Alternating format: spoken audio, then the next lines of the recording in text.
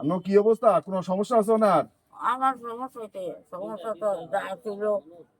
আমরা ছিল তো তোর বাসায় বেঁচে তো কি করে আয় দেয় ধর চালটা দিলাম না তো সেদিন দিলাম চাল সেদিন পরশু থেকে চাল দিলাম আমি ঠিক আছে চাল দিলাম না এনে যা এটা রবিবারে দিব রবিবারে সকালে পাইছেন না সামনে দিব আমরা যাই আমার কাছে ঠিক আছে আমার কাছে বাসায় বেঁচে তো আমার বলে একটা নিয়ে আসে দাদা আচ্ছা আচ্ছা ঠিক আছে কি কাম করি জেলে চাল পাও হ্যাঁ জেলে চাল পাও তুমি কত দিতে পারো না জেলে চাল এটা এই কার্ড দিলাম 10 কেজি চাউলের ঈদ উপলক্ষে ঠিক আছে রবিবারে যাইবা চাউল আনবা যাই পরিশোধ তো নেই রবিবারে আচ্ছা সেদিকে তো সিলিপ দিয়েছি পাইছেন না আজকে গেছিল নজর ভাই এটা হলো ঈদের চাল ঈদের 10 কেজি টুকেন রবিবারে যাইবেন কে চাউল আনবেন ঠিক আছে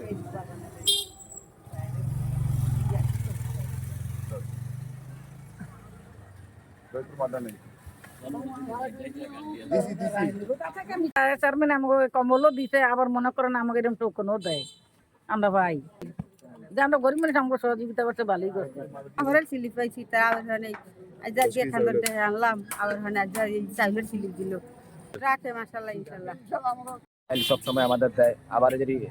চাইলে কালে চাইলে সব সময় আমাদের দেয় সব সময় আমাদের খোঁজ খবর নেয় যে 10 কেজি চাইলের কার্ড দিছে আজকে সব সময় ভাই ইনশাআল্লাহ আমার কথা সব সময় ডিজিটাল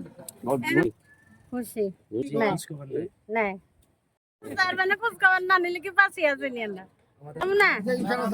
ইনশাআল্লাহ তোর বাসন জানতা আমরা বাসনের জানতা তোর আমরা এতনারে চাই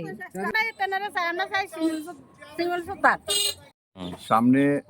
মাহে রমজানের ঈদ আসছে ঈদ উপলক্ষে আমাদের প্রধানমন্ত্রী তারেক রহমান প্রতি বছরই যেই সরকার ক্ষমতা থাকে আমাদের ঈদ উপলক্ষে আমাদের চরবিবি ইউনিয়নে 1457 কাঠ বিতরণ করা হয় দুস্থ এবং অসহায় মানুষের পাশে তা আমরা সবসময় চেষ্টা করি ইনশাল্লাহ ঘরে ঘরে গিয়ে আমরা জনগণের পাশে গিয়ে যারা প্রকৃতপক্ষের অসহায় গরিব মানুষ যারা জেলে কার্ড পায় না অন্যান্য সুবিধা থেকে বঞ্চিত তারা এই 10 কেজি চাল যেন ঈদ উপলক্ষে নিয়ে ঈদ উদযাপন করতে পারে আমরা সেই লক্ষ্যে কাজ করে যাচ্ছি যাতে এলাকাবাসী আমাদের মেম্বারদেরকে না মিটিং করছে যাতে এলাকাবাসী সুন্দরভাবে বন্টন পায় এমনকি আমি নিজে ঘুরে গিয়ে তদারকি করে যারা পায় না তাদেরকে আমি ঘরে ঘরে গিয়ে সেই চালের টোকেন বিতরণ করি রবিবার থেকে আমরা চাল বিতরণ করব